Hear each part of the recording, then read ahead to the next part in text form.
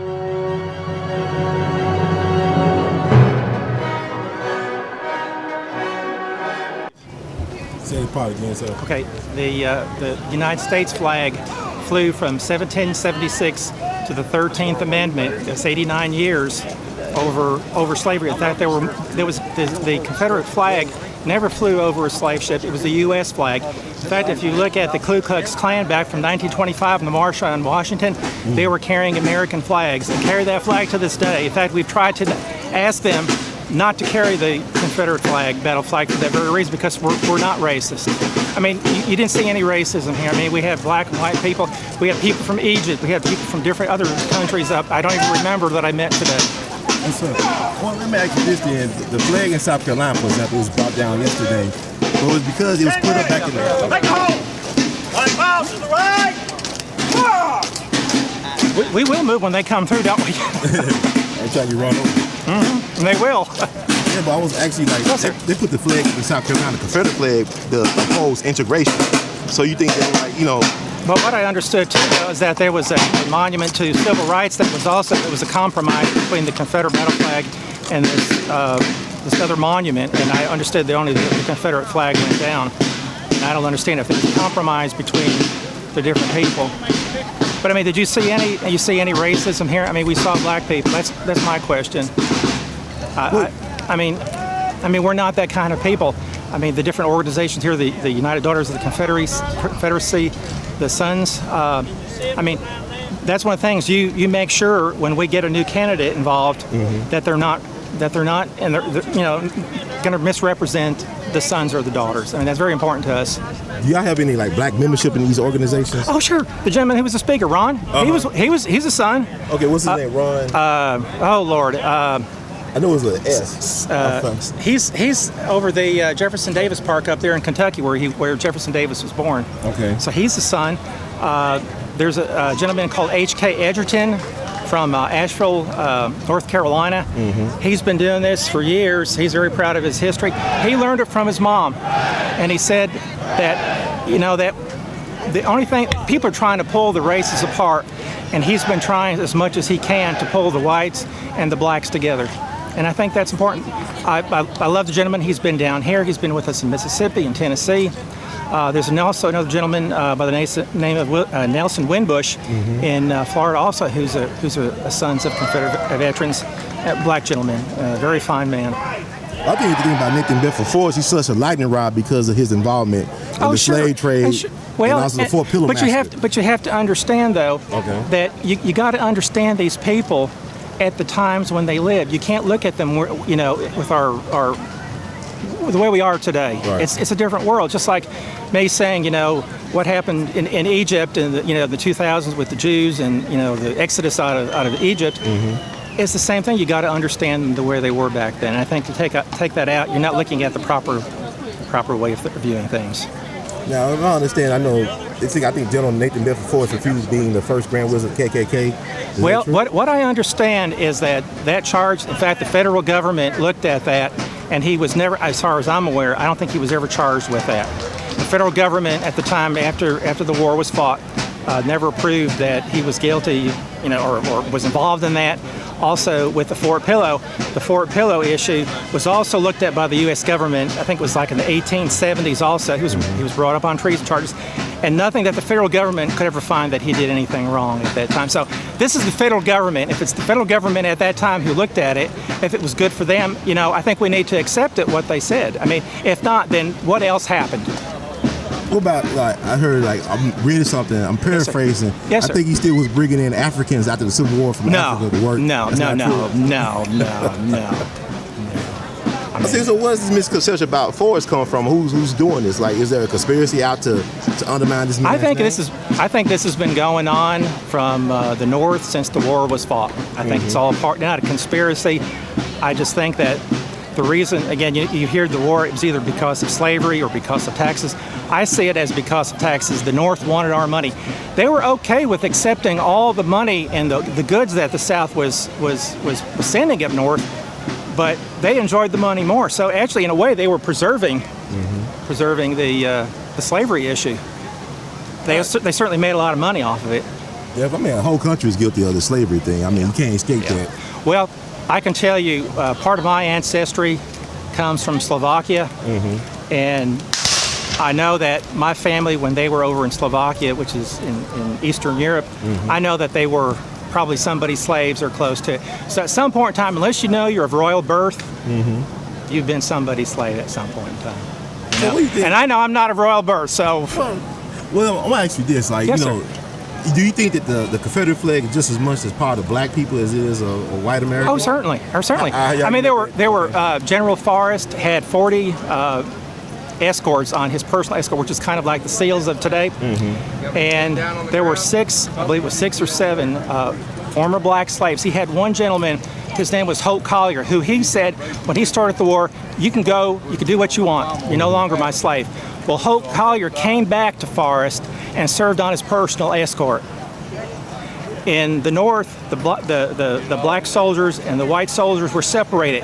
They got a very small percentage of what the northern troops, white troops, got. In the South, the southern troops, the Confederates, white and black, fought together. They stayed in the same camp. They got the same pay. There was no differentiation like there was in the North. Well, actually, is it true that black soldiers were utilized by the Confederacy before the Union? Like, you know, people say they were. Oh yes. I mean, General Forrest started using them, as far as I know, is probably late in 1861, early 1862. I heard there was some black soldiers at the Battle of Manassas too. Oh, yes. Frederick Douglass said he reported, and some other people said they reported. Yes. See him fighting as valiantly alongside. And there's a number, and like Ron, he's a Sons of Confederate veteran, and he's proud of his heritage. And I mean, he's my brother. I mean, our families fought together, and I'm proud of him. Very proud of him. You think it's right for the taxpayers to support the flag on state property? If we support the U.S. flag on property, then this flag is just as valid. So you said the U.S. flag should be taken down? No. Oh, no. Okay. No, this is my country, too. Part of my family came here from Slovakia and other parts of the world for a better life. And the one thing that they instilled upon me is be very loyal to the U.S. flag. And that's where I am today, too. Max, speaking of the U.S. flag, I mean, I'm a descendant of enslaved Africans, of course. Yes, sir. But I was in Charleston recently. I was from the Emmanuel Church. Right. You know, 40% of enslaved Africans came through Charleston Harbor. And I asked a question about reparations. And considering what black folks have been through in this country, I mean, a lot of black folks ain't out here today, even though it's a majority black city. Do you think it's right for black folks to pursue reparations? Well, you know, you look at that. I really can't say. I don't know if that's something that should be done. You look at what the Indians, what U.S. Grant, who was one of Lincoln's generals, and all the genocide that they had out west with the Indians. You know, let's include the Indians too. I mean, if we're going to do it, let's do everybody. I mean, but the Indians got the land. They got the people say They got casinos. land. They were moved off their land by Grant and Sherman and all the generals who fought for supposedly for not having slaves during the Civil War. So to me, it doesn't make sense of what they're saying on one hand, though, and then what they did to the Indians right after the war. Let me ask you this: do you think that the country as it exists today, I mean, it became a superpower? Do you think this country could exist without the use of slavery? I think so. I think it was something that was going out at that time during the 1860s when the war was fought. But then you also got to consider the most skilled. But you have to remember, though, with Lincoln's Emancipation Proclamation, all that did was release the slaves in the South. There were still slaves in the North. Okay. Owned by Mary. Yeah, I don't know if you heard. Matter of fact, I would say U.S. Grant owned 13 slaves. And Grant. I mean, he married Yes, a person from the South. You know, his daddy was an abolitionist, though, which is interesting. Yeah, it really is. It really is. Well, the reason why I asked you this because the most skilled labor force that could be argued coming out the Civil War were former slaves, like the carpenters, stuff like that. But you see the North never had any plans of what to do with all the slaves at the time. So they still had to rely on the Southern people who once owned them for jobs and for education, and this gentleman did it. Forrest did it. He made sure that they were getting educated. So what the Civil War really was about then? Was it about slavery or was it about something else? Northern aggression, it's all about the money. Watch the dollars. That's my opinion what it was all about. The North wanted to keep the South because of the money. What about, why did Lincoln get killed? I just want to get you come from a different perspective. That shouldn't have happened. That was probably one of the worst things that would have happened. That was one of those things that have happened to the United States. But had he lived, you think things would have been different in terms of? I don't know. I don't know. You know, you look at some of the things that he wrote about after the war. His plan was to move all the black slaves, put them on ships, and take them back to Africa. So you don't want to talk about that part. So people don't want to talk. The right thing, and still he didn't believe in slavery, but he still was a racist. Well, the other thing that's coming to light right now too is you look at Adolf Hitler, you look at his generals, and they actually used the type of warfare that Lincoln had on the South. So what does that say about Lincoln? What does it say about Grant? What does it say about Sherman? You look at Sherman, and it's in his own memoirs, his own autobiography, where he talks about that it was fine with him and it's fine with Lincoln to kill every Southerner, not only the military, but also civilians. Grant burned 43 cities in Mississippi. And that's just not city buildings, that's people's personal homes. Yet we've got a museum down to him, who I would term a war criminal. We've got a library down there in University of Mississippi in Starkville. I mean, if we're going to dig up, let's dig. I agree with you, be fair on both sides. I mean, I heard that Grant it's part of history too. I heard that Grant had a fear of blood. He hated the sight of blood, which is ironic, considering that he just said that they okay with killing people. I don't know. You know, it's like he said, war means fighting, fighting means killing. My dad was in World War II. He fought in the northern part of Italy with the 5th Army under Mark Clark. He was with the Italian army, the army that was for the United States. He was also with some Turkish gentlemen. The 10th Indian Mountain Unit. I've got a picture of him with his comrades in arms there. Had a number of family members of his cousins who were killed. One was a major, a pilot, navigator, bombardier, shot down over the Mediterranean, never recovered his body. Another one of my dad's cousins was on the USS Savannah. There was a German bomb hit the ship. He was a turret gunner. He was one of the 89 men killed. So, I mean, my family's been part of the stake of the United States for a long time. And a lot of them, survived the wars. A lot of them didn't. That's why it's so important. It's everybody's history. Well, you know what? I appreciate and respect about you all. Yes, sir. It's the fact that y'all do honor y'all history. I mean, we just had the birthday of Mary McLeod Bethune. She was born July 10th, 1875. She's from South Carolina. See, I think it's important because of my varied heritage. I think it's important to celebrate everyone's history. Black, white. I mean, Egyptian gentleman that I was talking to who's over here in pharmacy school, and he was telling me a little bit about his heritage, and we were trying to compare things, what we're experiencing in United States history, and what we're going through right now, too.